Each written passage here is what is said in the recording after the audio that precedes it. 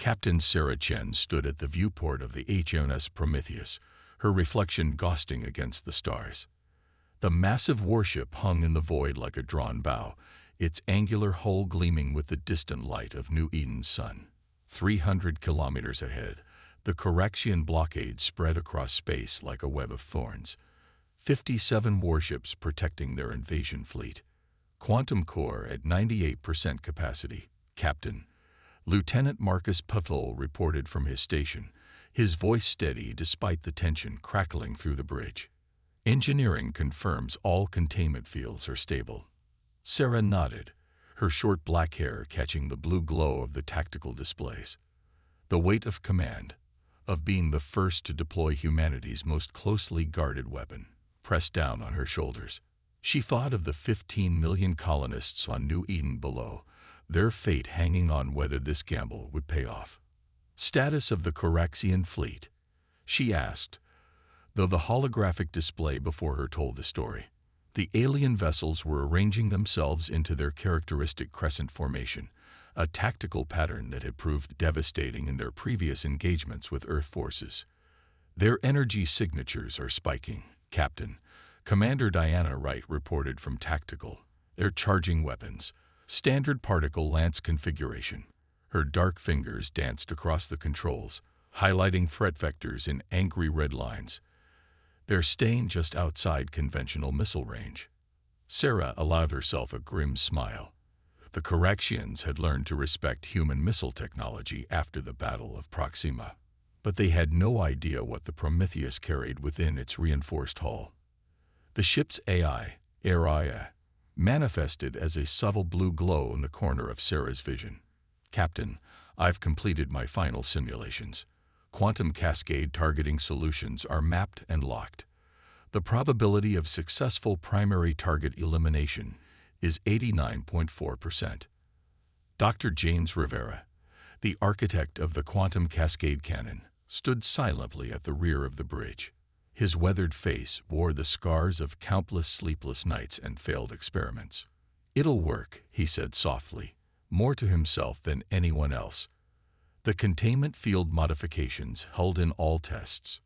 Sarah touched the small medallion at her neck, a habit from childhood that surfaced in moments of decision. Send the standard warning. One chance to withdraw from New Eden space. The message went out, encrypted in the diplomatic frequencies the Coraxians had used during the failed peace talks 6 months ago. The response came almost immediately.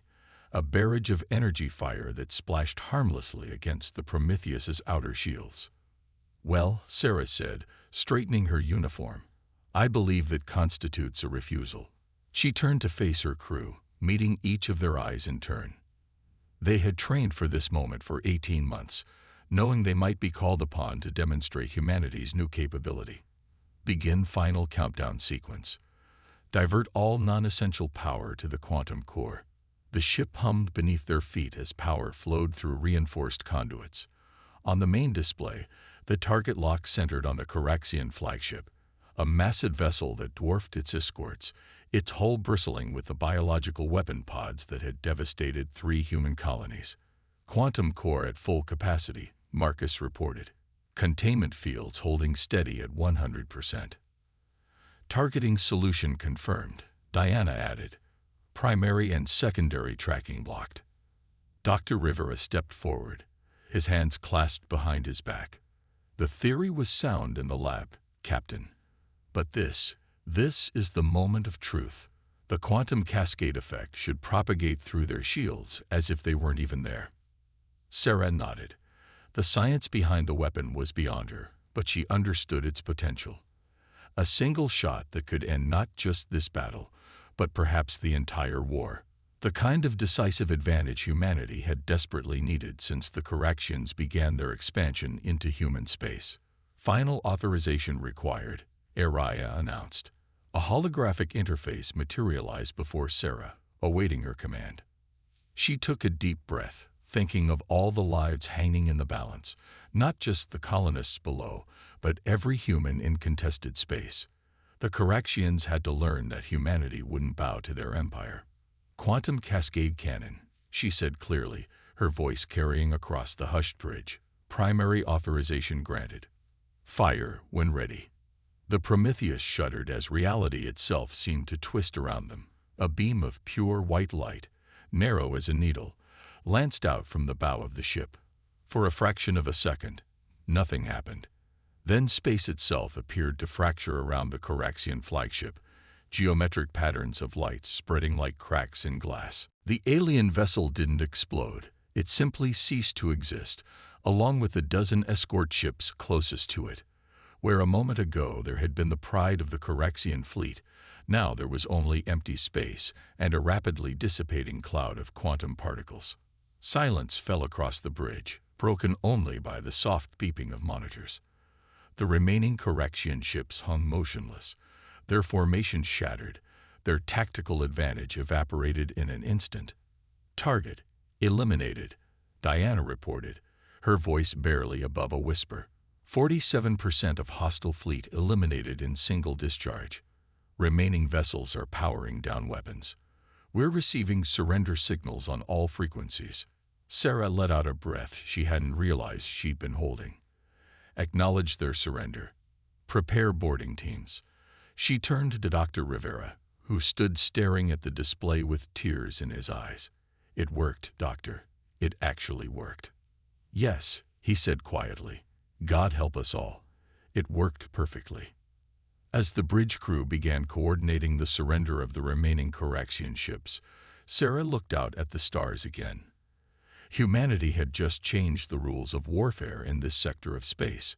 She only hoped the price of peace wouldn't be too high.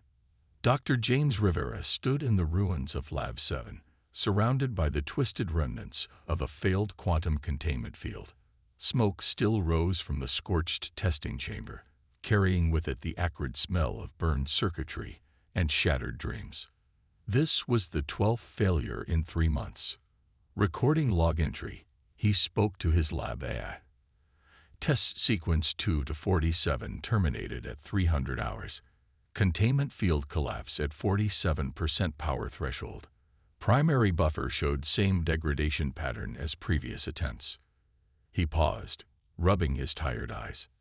Note: Angela's theoretical models were right. Again. The mention of his wife's name sent a fresh wave of pain through his chest. Dr. Angela Rivera had been the true visionary behind the quantum cascade theory. She'd seen the potential years before anyone else, a way to weaponize quantum entanglement on a massive scale. The Coraxians' biological weapons had already claimed 2 colonies when she'd first proposed the concept. Display Angela's original calculations, he commanded. The air filled with floating equations, written in her precise hand. Even now, 2 years after her death in the first containment breach, seeing her work brought her voice back to him. The quantum cascade isn't just a weapon, James, she'd insisted during their last conversation. It's a doorway. We're not just breaking matter. We're rewriting the rules of space itself. The door hissed open behind him. Admiral Helena Voss entered, her uniform immaculate despite the late hour. Another setback, Dr. Rivera. James didn't turn around. The containment field still can't handle the power required for a sustained cascade effect. We can generate the reaction, but we can't control it. The Joint Chiefs are getting impatient, Helena said, stepping carefully around a fallen support beam. The Coraxians have pushed past Proxima. They'll reach Sol in 18 months unless we can stop them. You can't rush this, James snapped, gesturing at the destruction around them. The first breach killed 12 people, including my wife. The second took out half of Luna Base's research wing. If we deploy this weapon before it's ready, we risk everything by waiting. Helena interrupted. Every day we delay, more colonies fall. The Coraxians don't give their victims quick deaths, Doctor. You've seen the reports. James had seen them. The biological weapons the Coraxians used didn't just kill, they transformed. Entire populations twisted into living weapons, their own bodies turned against them. Angela had called it an abomination. It was why she pushed so hard, worked so fast. Too fast. He walked to his workstation, bringing up the simulation of the latest failure. There's something we're missing. Angela's original equations are perfect. The theory is sound. But when we try to contain the reaction, he trailed off, staring at the cascade pattern. Helena stepped closer. What is it? We've been trying to contain the quantum cascade effect, he murmured, fingers flying across the interface. But Angela never meant for it to be contained. Look at her original notes. She designed it to propagate. We don't need to contain it. We need to guide it. New equations filled the air as James worked, his mind racing. The containment field isn't supposed to hold the reaction. It's supposed to shape it, like a lens focuses light. Can you make it work? Helena asked, her voice tight with controlled hope. James looked at Angela's equations again, seeing them with new eyes. Yes, but I'll need resources and time. How long? 6 months. Maybe 8. He turned to face her. But Admiral, you need to understand something. This weapon, once we use it, there's no going back. It won't just change warfare, it'll change everything. The ability to selectively erase matter from existence. Every power in known space will want it. Helena's expression hardened. Then we'd better make sure we get it right the first time. Earth's survival depends on it. She turned to leave, then paused. For what it's worth, Doctor, I think Angela would be proud. You're finishing what she started. After she left, James stood in the quiet lab, surrounded by failure and possibility. On his desk sat a small hologram, him and Angela on their wedding day, both in their lab coats, too excited about their work to change. She was pointing at a diagram, explaining something with that brilliant smile of hers. Computer, he said quietly, begin new test sequence. Designate Project Phoenix. He looked at Angela's smiling face one last time before diving back into the work. Let's finish this, my love. The next 6 months passed in a blur of simulations, tests, and breakthroughs.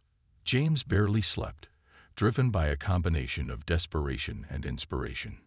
Each failure taught them something new.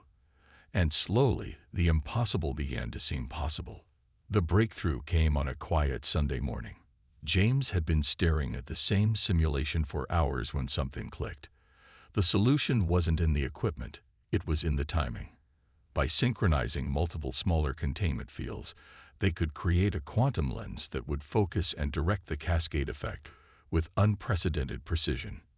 When the first full-scale test succeeded, James wept. The weapon worked exactly as Angela had theorized, a precise, controlled quantum cascade that could selectively remove matter from existence. The ultimate defensive weapon, capable of ending a battle with a single shot. As he watched the Prometheus take shape in orbital dock, its hull specifically designed to house the massive quantum lens array, James felt a complex mix of pride and dread. They had created something unprecedented, a weapon that could end wars before they began. But as he looked out at the stars, he couldn't help but wonder if humanity was ready for such power. Angela's voice echoed in his memory. The real test isn't creating the weapon, James.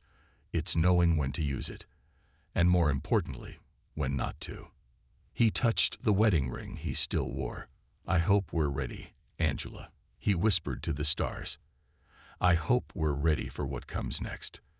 The archives of human correction relations lay deep beneath Geneva's surface, its quantum servers holding the full history of humanity's greatest mistake.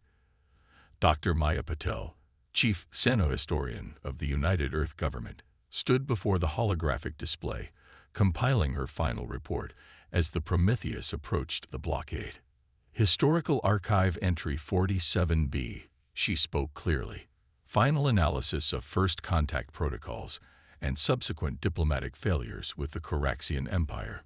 The air filled with images from that fateful day 15 years ago. The first Coraxian ship had appeared near Mars, its biological architecture unlike anything humanity had ever seen. The living vessel, grown rather than built, its hull rippling with patterns that seemed to pulse like heartbeats. We thought we were ready for first contact, Maya narrated, scrolling through the initial diplomatic exchanges. After 2 centuries of space exploration, humanity had protocols, procedures, carefully crafted first messages. None of it mattered. We didn't understand what we were dealing with. The recording showed the first meeting between human and Koraxian representatives aboard the International Space Station. The Koraxians stood nearly 3 meters tall, their iridescent scales shifting colors as they moved. They spoke perfect English, having already analyzed all of Earth's broadcast signals. The fundamental misunderstanding, Maya continued, wasn't linguistic or cultural. It was philosophical. The Koraxians don't see other species as equals to be met. They see them as resources to be assessed. She brought up Ambassador Chen's first report. They asked about our biological adaptability, our genetic diversity, our resistance to disease. At the time, we thought they were being thorough. We didn't realize they were measuring us for weaponization. The next images were harder to watch. The first cultural exchange on Mars colony. The Koraxian representatives had brought gifts, seemingly harmless biological samples. Within weeks, the first transformations began. Their entire civilization is built on biological manipulation, Maya explained, her voice tight. They don't conquer through force. They improve through infection. Each species they encounter becomes raw material for their bioweapons program.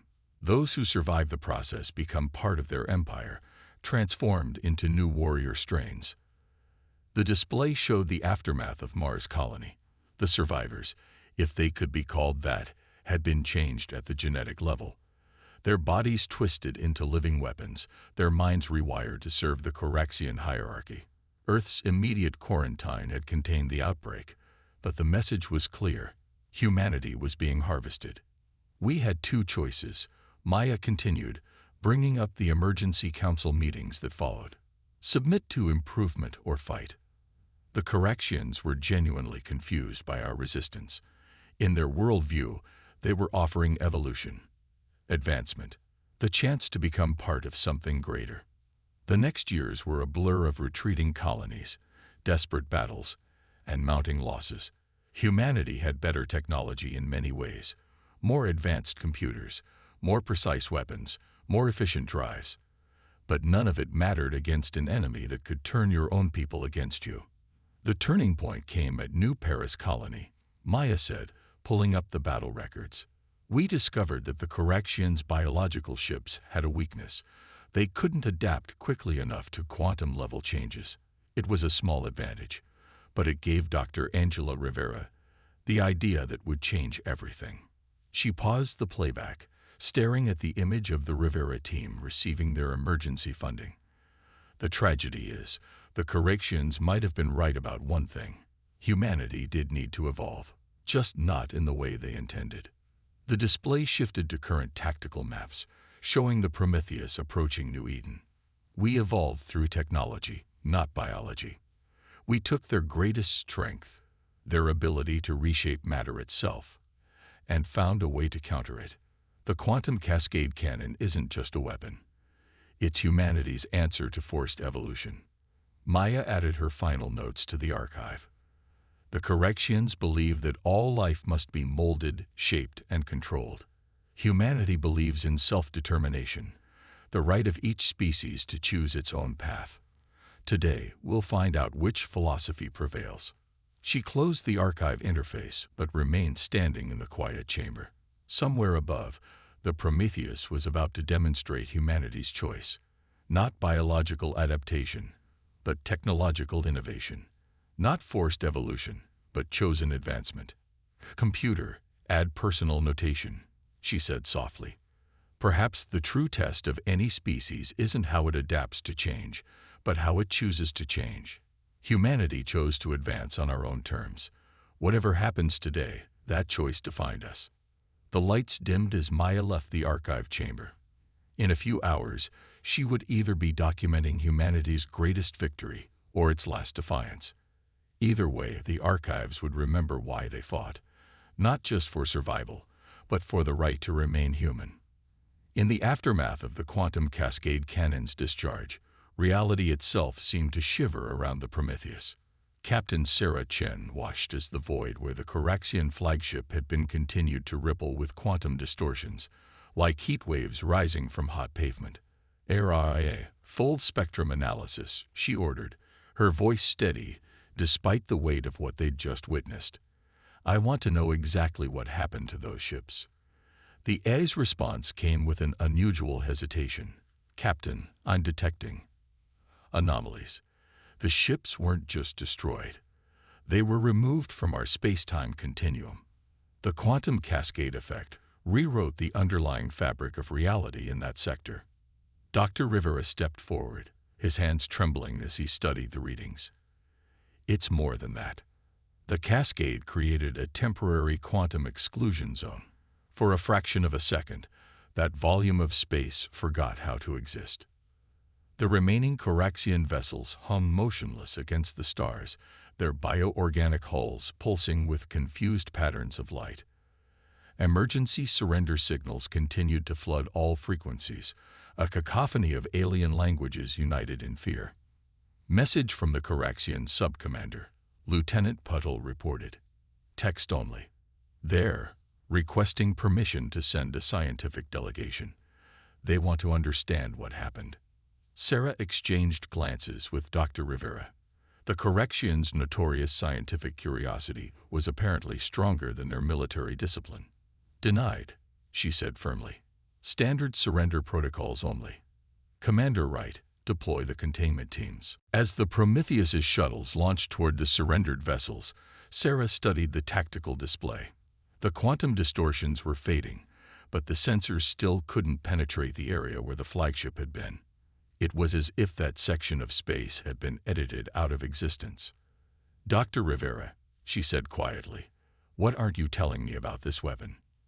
The scientist's weathered face showed his internal struggle. "The cascade effect. It's not just a weapon.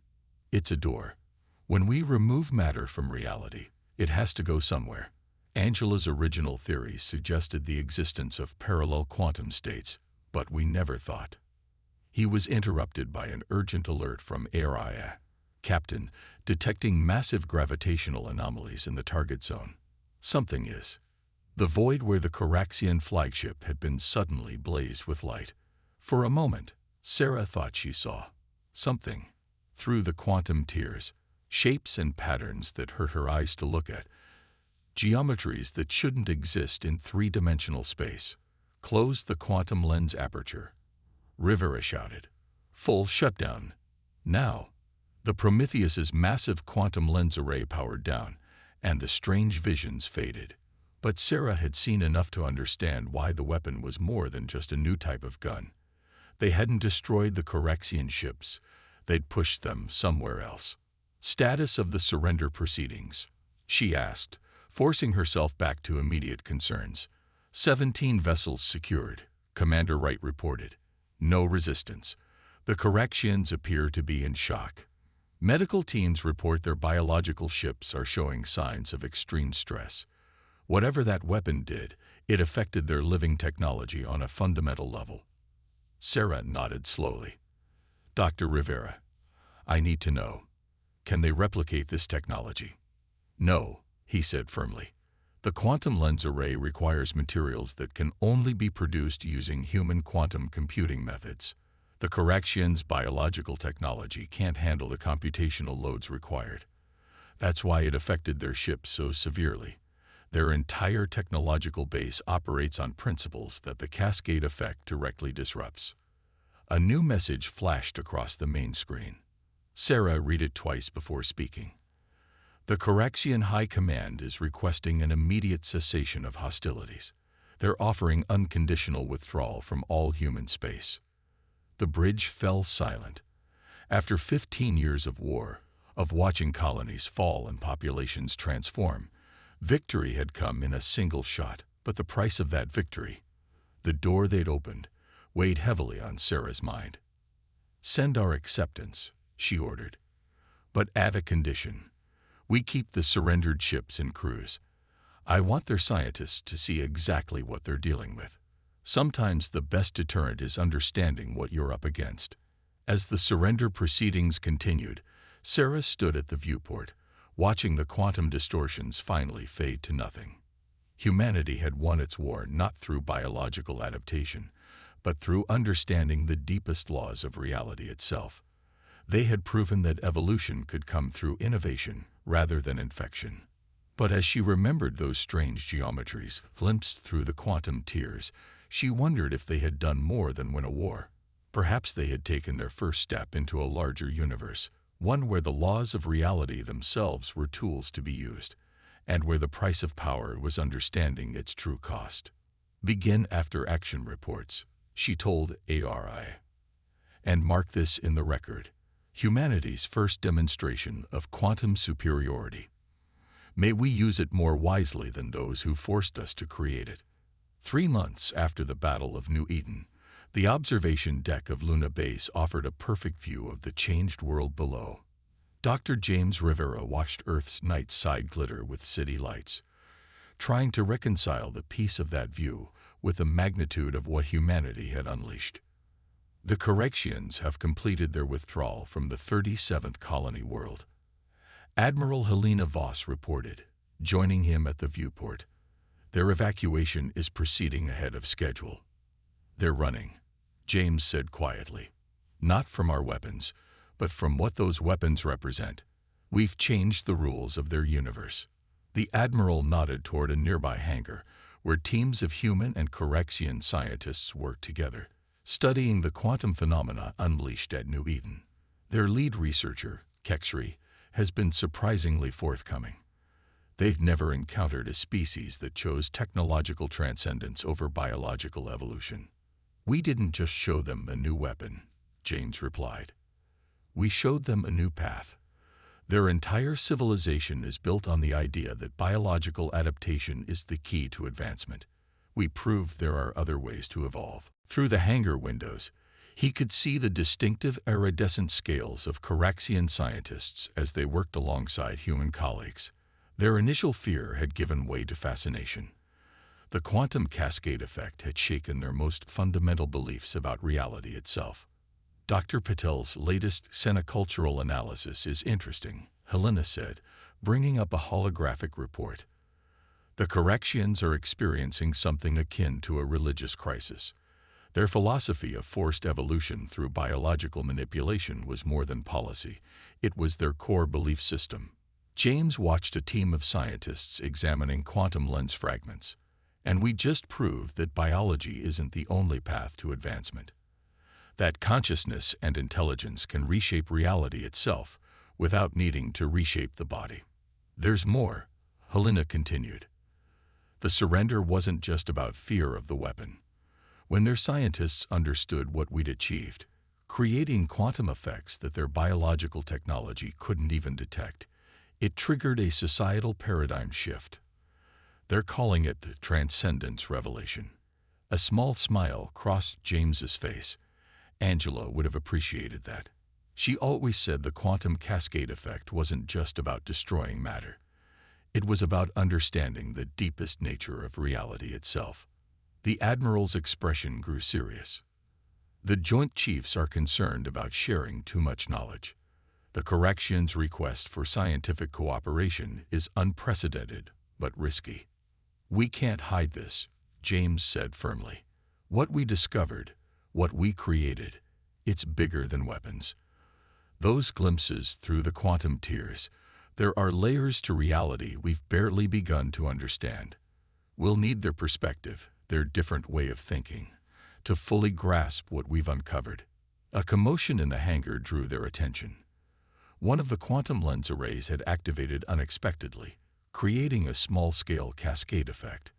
Instead of panic, the human and Correction scientists rushed together to study the phenomenon, their previous enmity forgotten in the face of discovery. Look at them, James said softly. This is what Angela meant about doors.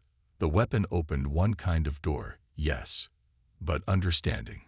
True understanding between different ways of thinking that opens something far more important. Helena studied the scene thoughtfully.